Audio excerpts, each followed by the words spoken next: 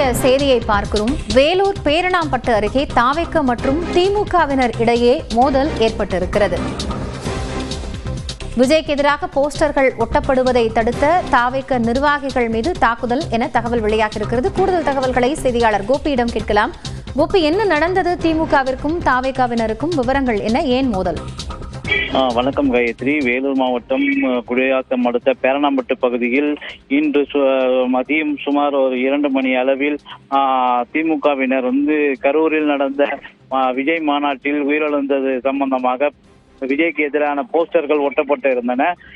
அந்த சமயத்தில் தாவேக நிர்வாகிகள் அந்த போஸ்டர் ஒட்டும் போது தடுத்து நிறுத்தியுள்ளனர்.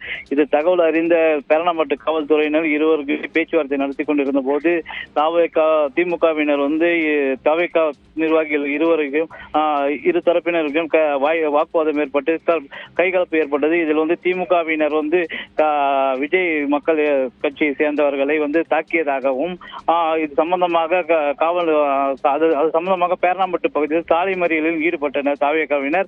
இது சம்பந்தமாக பேரணாம்பட்டு காவல்துறையினர் தற்போது விசாரணை மேற்கொண்டு வருகின்றனர். காயத்ரி, நன்றி கோபி, இது குறித்த விவரங்களுக்காக.